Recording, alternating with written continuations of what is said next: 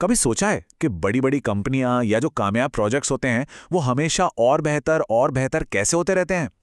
इसके पीछे एक बहुत बड़ा राज है और वो है पीडीसीएस साइकिल।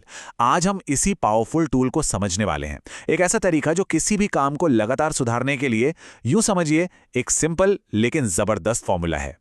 मैं हूं शिवम मौर्य और चलिए मिलकर इस कमाल के टूल को और गहराई से जानते हैं। तो आज का हमारा रोड मैप क्या है? सबसे पहले हम जानेंगे कि पीडीसीएस साइकिल असल में है क्या। फिर हम इसके 4 जरूरी स्टेप्स यानी कि प्लान, डू, चेक और एक्ट, इनको एक एक करके समझेंगे। और आखिर में ये भी देखेंगे कि भाई इसे इस्तेमाल करना इतना जरूरी क्यों है। तो चलिए शुरू करते हैं। सबसे पहला और बड़ा सवाल, आखिर ये पीडीसीएस साइकिल है क्या चीज? देखिए, पीडीसीएस साइकिल को आप लगातार सुधार का एक मंत्र समझ सकते हैं। और ये कोई रॉकेट साइंस नहीं है, बिल्कुल नहीं। ये तो बस 4 सिंपल स्टेप्स का एक पहिया है, एक चक्र है, जिसे क्वालिटी हो, सेफ्टी हो, प्रोडक्शन हो या फिर प्रोजेक्ट मैनेजमेंट, हर जगह काम को और बेहतर और असरदार बनाने के लिए इस्तेमाल किया जाता है। और हाँ, एक इंटरेस्टिंग फैक्ट बताता हूं, इसे डेमिंग साइकिल के नाम से भी जाना जाता है। क्यों? क्योंकि क्वालिटी मैनेजमेंट के गुरु डब्ल्यू एडवर्ड्स डेमिंग, उन्होंने ही इसे पूरी दुनिया में पॉपुलर किया था। ओके, तो अब साइकिल के पहले और सबसे जरूरी पहिए पर आते हैं। स्टेप 1, प्लान यानी योजना बनाना। और कहते भी है ना कि अगर प्लान तगड़ा हो तो आधा काम तो वहीं खत्म हो जाता है। तो इस प्लान फेज में होता क्या क्या है? देखिए, सबसे पहले तो प्रॉब्लम को पहचानना होता है, फिर उसकी जड़ तक पहुंचना होता है। इसके लिए 5 वाई जैसी टेक्निक्स हैं, मतलब बार बार क्यों पूछना, या फिर फिशबोन डायग्राम। जब जड़ पता चल गई तो फिर एक क्लियर गोल सेट किया जाता है, एक एक्शन प्लान तैयार होता है, और हाँ, यह भी तय होता है कि इस काम के लिए क्या क्या सामान लगेगा और कितना टाइम लगेगा। चलिए इसको एक प्रैक्टिकल एग्जाम्पल से समझते हैं तो और अच्छे से क्लियर होगा। मान लीजिए एक कंस्ट्रक्शन साइट है जहां बार बार नियर मिस हो रहे हैं, मतलब लोग बाल बाल बच रहे हैं। अब जब इसकी जांच पड़ताल हुई तो पता चला कि भाई असली जड़ तो प्रॉपर बैरिकेडिंग का ना होना है।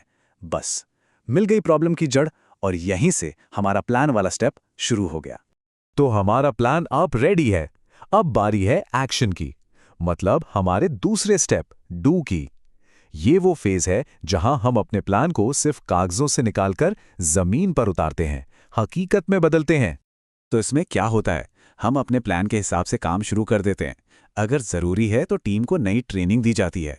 काम करने का जो नया तरीका है, जिसे एसओपी यानी स्टैंडर्ड ऑपरेटिंग प्रोसीजर कहते हैं, उसे लागू किया जाता है। और हाँ, अक्सर इसे पहले एक छोटे लेवल पर एक ट्रायल बेसिस पर शुरू करते हैं, ताकि ये देख सकें कि ये काम कर भी रहा है या नहीं। अब वापस चलते हैं अपनी कंस्ट्रक्शन साइट पर। वहां डू फेज में क्या हुआ?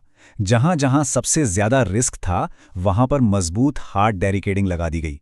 और इतना ही नहीं, सारे वर्कर्स को एक सेफ्टी ब्रीफिंग दी गई, उन्हें नए प्रोसीजर के बारे में बताया गया, मतलब सीधा एक्शन।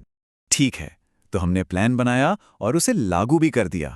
पर बड़ा सवाल ये है कि जो हमने किया वो काम कर भी रहा है या नहीं, हमारा सॉल्यूशन इफेक्टिव है। बस यही पता लगाने के लिए आता है हमारा तीसरा और बहुत ही क्रिटिकल स्टेप, चेक।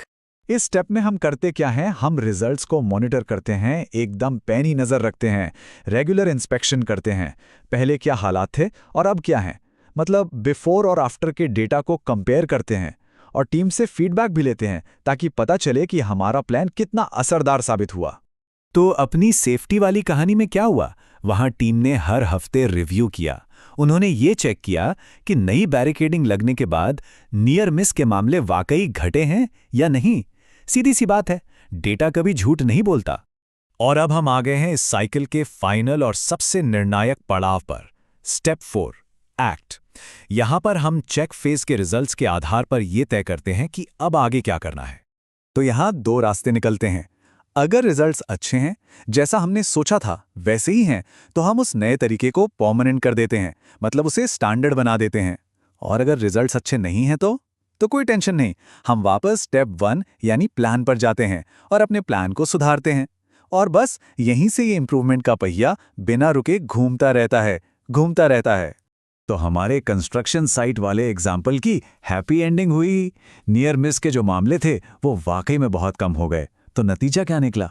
उस नई बैरिकेडिंग प्रोसेस को कंपनी के स्टैंडर्ड ऑपरेटिंग प्रोसीजर यानी एसओपी का एक परमानेंट हिस्सा बना दिया गया।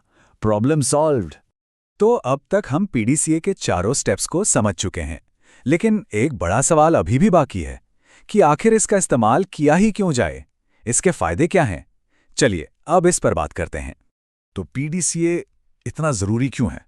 देखिए, यह सिर्फ एक टूल नहीं है, ये एक कल्चर बनाता है, एक सोच बनाता है हमेशा बेहतर होने की।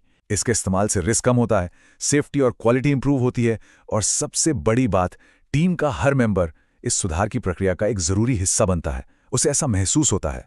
और अगर खास तौर पर सेफ्टी की फील्ड की बात करें तो वहां तो पीडीसीए कमाल की चीज है। चाहे आपको HIRA यानी खतरों को पहचानने का प्रोसेस लागू करना हो, या किसी इंसिडेंट की तह तक जाकर जांच करनी हो, या फिर कैपा सिस्टम मतलब सुधारात्मक एक्शन लेना हो, या फिर लोटो प्रोसीजर को बेहतर बनाना हो, ये हर जगह हर मोड़ पर काम आता है।